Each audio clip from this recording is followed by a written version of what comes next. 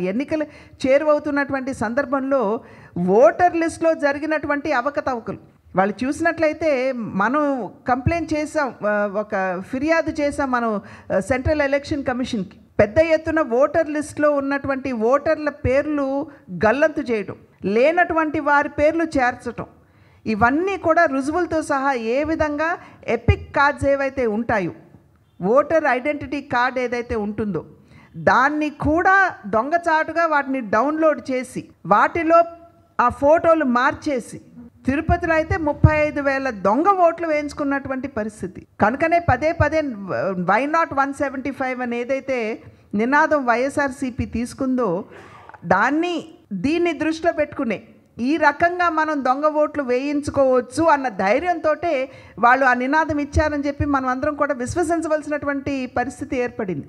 కానీ central election commissioner గారికి ఎప్పుడైతే మనం ఫిర్యాదు చేశామో వెంటనే దాని మీద ఎంక్వైరీ చేయటం, ఒక ఐఏఎస్ ఆఫీసర్ని కూడా సస్పెండ్ చేయటం జరిగింది. అది భారతీయ జనతా పార్టీ విజయం. అది దాని రుజువులతో సహా మనం ఇవ్వగలిగాము సెంట్రల్ ఎలక్షన్ కమిషనర్కి. కనుకనే వారు చర్యలు కూడా తీసుకోగలిగారు.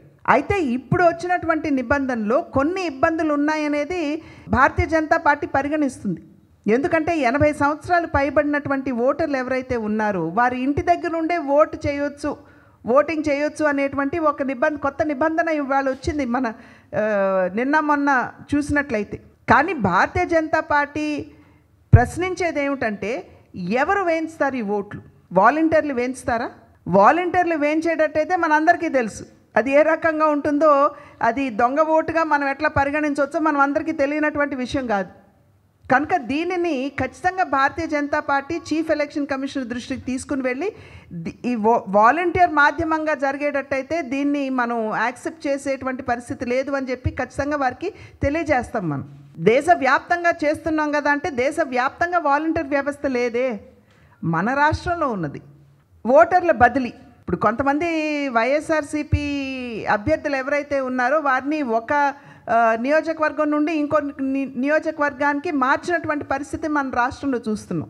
కానీ వారేం చేస్తున్నారు, వారికి చాలా దగ్గరైనటువంటి ఓటర్లు ఎవరైతే ఉన్నారో, అది 10,000 మంది కావచ్చు, 15,000 మంది కావచ్చు, వాళ్ళ ఓటు కూడా వారు మార్చుకోవచ్చు అనేటువంటి నిబంధన ఏదైతే ఉందో దాన్ని వినియోగించుకుని వారికి అనుకూలమైనటువంటి వారిని అందరినీ కూడా పాత నియోజకవర్గం నుండి ఇవాళ కొత్త నియోజకవర్గంలో వారిని అందరినీ కూడా నమోదు చేసేటువంటి ప్రక్రియ ఇవాళ వారు చేస్తున్నారు.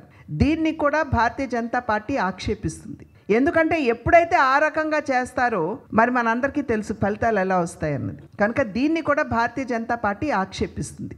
ఇది కూడా సెంట్రల్ ఎలక్షన్ కమిషన్ దృష్టికి తీసుకువెళ్ళాలి అని చెప్పి నిర్ణయించడం జరిగింది.